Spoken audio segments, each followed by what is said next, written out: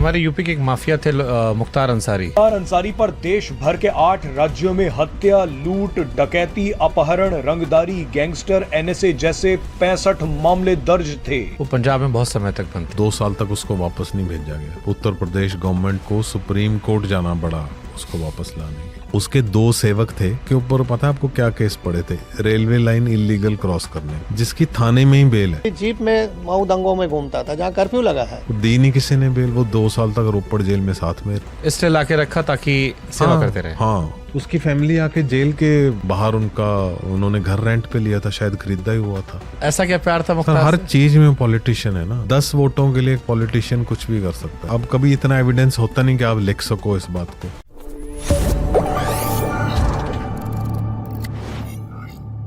हमारे यूपी के एक माफिया थे मुख्तार अंसारी जी। वो पंजाब में बहुत समय तक बंद थे। या रोपड़ में। हाँ, कहा था अच्छा प्रोटेक्शन उनको भी मिला था वहाँ पे। या काफी ऐशो आराम की जिंदगी वहाँ थी। He was close to Congress always. और तो उसको वहाँ पे मोहाली के एक रियल एस्टेट ओनर ने उनके खिलाफ कंप्लेंट की थी कि मुझे मुख्तार अंसारी ने फ़ोन पे धमकी दी है। तो फिर उसको उत्तर प्रदेश जेल से लाया गया और कभी भी 2 साल तक उसको वापस नहीं भेजा गया। तो वहाँ उत्तर प्रदेश गवर्नमेंट को सुप्रीम कोर्ट जाना पड़ा उसको वापस लाने के लिए। ऐसा क्या प्यार था मुख्तार? हर चीज में पॉलिटिशियन है ना। सारे पॉलिटिशियन भी वैसे ही हैं सब। 10 वोटों के लिए एक पॉलिटिशियन कुछ भी कर सकता है। मुख्तार अंसारी, लॉरेंस बिश्नोई, सिद्धू मूसेवाला, किसी की जान की उनको परवाह नहीं है। जो पावर का नशा है, और this is across all parties, कोई भी पार्टी वाला नहीं है। ये पॉलिटिशियन ही जो बनाते हैं, पॉलिटिशियन ही करते हैं। आप देखो मुख्तार अंसारी के ऊपर तो एक्सटॉर्शन का केस पड़ा। उसके 2 सेवक थे जो फिल्मों में देखते हैं ना, खाना बनाते हैं, मालिश करते हैं। 2 सेवक के ऊपर पता है आपको क्या केस पड़े थे? रेलवे लाइन इलीगल क्रॉस करने का, जिसकी थाने में ही बेल है। वो दी नहीं किसी ने बेल। वो 2 साल तक रोपड़ जेल में साथ में रहे। वो जो उसका करिंदा था, जो खाना बनाता था, उसके साथ रहा वहां पे।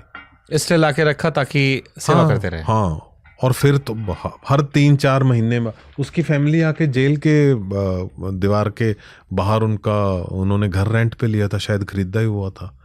तो हम लोगों को बहुत खबरें मिलती थी कि मुख्तार अंसारी बाहर चला गया है। वो जेल से बाहर जाके रात को वहाँ रहता है या फैमिली उसके साथ रहती है। ऑफ कोर्स हाँ, हमारे यूपी में आई थी कि उनके बेटे और बहू जो हैं, जब बेटा जेल में गया था तो जेल को ही उन्होंने हनीमून डायरीज बना लिया था। हाँ, पर मतलब आया सर कभी इतना एविडेंस होता नहीं कि आप लिख सको इस बात को। लेकिन जब भी कहीं से कुछ बातें उड़ती थी तो एक ऑपरेशन होता था कि जी हमने जाके उसने खाने का चूल्हा बनाया हुआ था, उसका सब कुछ हमने तोड़ फोड़ दिया। तो पहले बनाई कैसे उसका, बाद में आप पब्लिक को दिखाने के लिए। और ये कौन थे? डिम्पी चंदपान। तो चंदपान एक विलेज है, वो जो 50 किलोमीटर रेडियस मैंने आपको बोला ना, तो उसी के मिड्डू खेड़ा, ये शेरा खुब्बन का विलेज खुब्बन, और विक्की गाउंडर का, लॉरेंस बिश्नोई, डिम्पी चंदपान, रॉकी फाजिल का। तो डिम्पी चंदपान को उनका मुख्तार से कुछ रिश्ता था? क्योंकि कहा गया कि मुख्तार ने अडॉप्ट कर लिया था उसे। मुख्तार अंसारी ने उसको अडॉप्ट कर लिया था, बिकॉज पंजाब में उसका नाम हो गया था। मुख्तार का नहीं, डिम्पी का? डिम्पी चंदपान। तो डिम्पी तो पंजाब का था, उससे मुख्तार को अडॉप्ट करने की जरूरत थी, या मुख्तार का पैसा उससे काम आ गया इसलिए उसने अपना गॉडफादर बना लिया? एक्चुअल में उस टाइम पे जब ये मक्खन सिंह का मर्डर करके डिम्पी चंदपान भागा है, तो काफ़ी साल वो गायब रहा है। तो उस दौरान थ्रू सम पर्सन वो मुख्तार अंसारी के टच में आया है वहाँ पे। एक थ्योरी ये भी है कि वो भाग के उत्तर प्रदेश के एरिया में, जो तराई वाला एरिया है जहाँ पे सिख्स हैं काफ़ी, तो पीलीभीत और उस साइड पे, तो वो वहाँ पे जाके छुप गया और वहाँ पे उसको मुख्तार अंसारी की प्रोटेक्शन मिली थी उसको। तो तब से उसके साथ था। फिर मुख्तार अंसारी ने उसको सिखाया कि तुमने पैसे, मतलब हाउ टू ग्रो बिग, बड़ा डॉन कैसे बना। हाँ, तो फिर वो एक्सटॉर्शन नहीं, किडनैपिंग फॉर रैंसम। तो बिहार का कोई था इंजीनियर, उत्तर प्रदेश का था, फिर ये चंडीगढ़ के पास बद्दी एरिया डेवलप हो रहा था, वहाँ का था, फिर बेंगलोर का था जी। बेंगलोर का एक डायमंड मर्चेंट था। डायमंड मर्चेंट को इन्होंने किडनैप किया और किडनैप करके उसको मॉर्निंग वॉक से किडनैप किया था, उसके कुत्ते को गोलियां मार दी और उसके बाद इन्होंने उसको वहाँ आउटस्कर्ट्स पे कहीं रखा और पुलिस को पता चल गया और उन्होंने सबसे पहले ये डिम्पी चंदपान के साथ रॉकी फाजिल्का भी था और लोग भी थे, कुछ लोकल भी थे उनके साथ। तो वो पकड़ा गया वहाँ से। Dimpy Chandpan was the first to get arrested.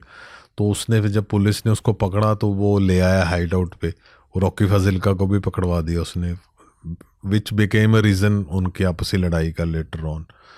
तो फिर डिम्पी चंदपान, तो वो जो डायमंड मर्चेंट था उसने काफ़ी गाड़ियाँ पुलिस को गिफ्ट की थी, बेंगलोर पुलिस को, कि आपने मुझे ज़िंदा बचा लिया। वेल डॉक्यूमेंटेड है ये बेंगलोर में, ये। तो उसके बाद डिम्पी चंदपान बेंगलोर जेल में था।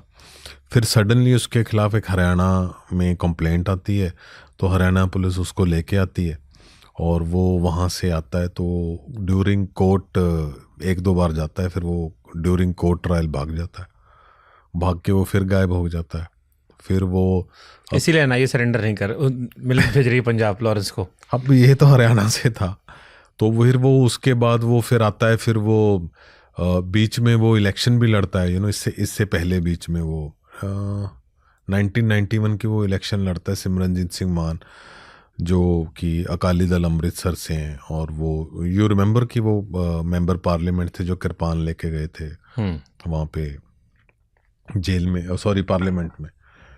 तो और सो ये डिम्पी चंदपान का। रॉकी फजल का लॉरेंस का गुरु था। रॉकी फजल का सबका गुरु था जी। डिम्पी चंदपान फर्स्ट था, उसका प्रोटेजी था रॉकी फजल का।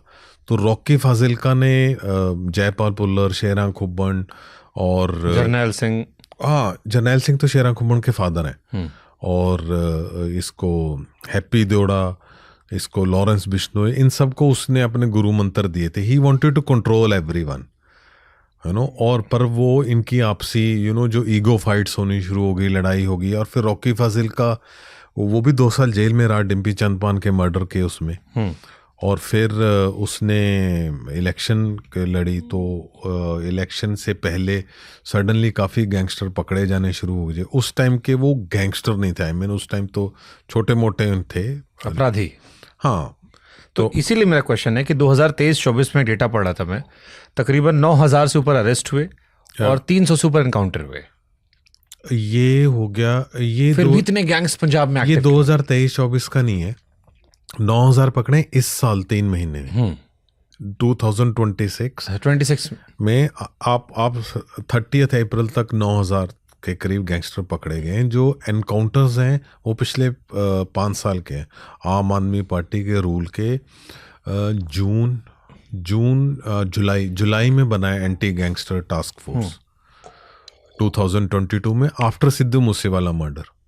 इन्होंने एंटी गैंगस्टर टास्क फोर्स बनाई, जो कि पहले ओकू था, ऑर्गेनाइज्ड क्राइम कंट्रोल यूनिट, जो कि काम करता था गैंगस्टर्स और टेररिस्ट दोनों के खिलाफ।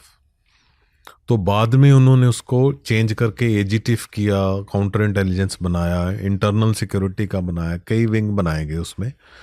तो ये 300-350 एनकाउंटर्स वे पिछले मतलब 4 साल में है।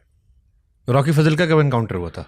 रॉकी फजिल्का को जयपाल पुल्लर ने मारा था हिमाचल प्रदेश में, परवाणु। जो चंडीगढ़ से आप ऊपर कसौली की तरफ जाओ तो परवाणु एक जगह आते है, वो बॉर्डर था हरियाणा, हिमाचल, पंजाब का। तो वहाँ पे उसको मारा था जयपाल पुल्लर ने। यानी सारे गैंगस्टर की कहानी वही है कि आप डिम्पी चंदपान को रॉकी फाजिल्का ने, रॉकी फाजिल्का को जयपाल पुल्लर ने, जयपाल पुल्लर को कलकत्ता पुलिस ने ऑन पंजाब पुलिस इंटेलिजेंस, शेरा खुब्बन को पंजाब पुलिस ने मारा है, और विक्की गाउंडर को पंजाब पुलिस ने मारा है।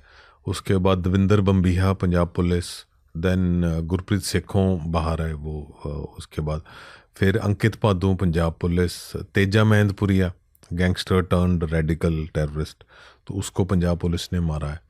तो और अब 10वां है जी लॉरेंस बिश्नोई। तो ये 10 की लाइफ स्टोरी है। लॉरेंस का एक्सपोजर खत्म हो चुका है। लॉरेंस जेल में सर, अब जेल में बैठ के इंटरव्यूज आ रहे हैं जी। तो वो मतलब हमारे ही बिरादरी के एक व्यक्ति ने इंटरव्यू लिया, but how is it possible?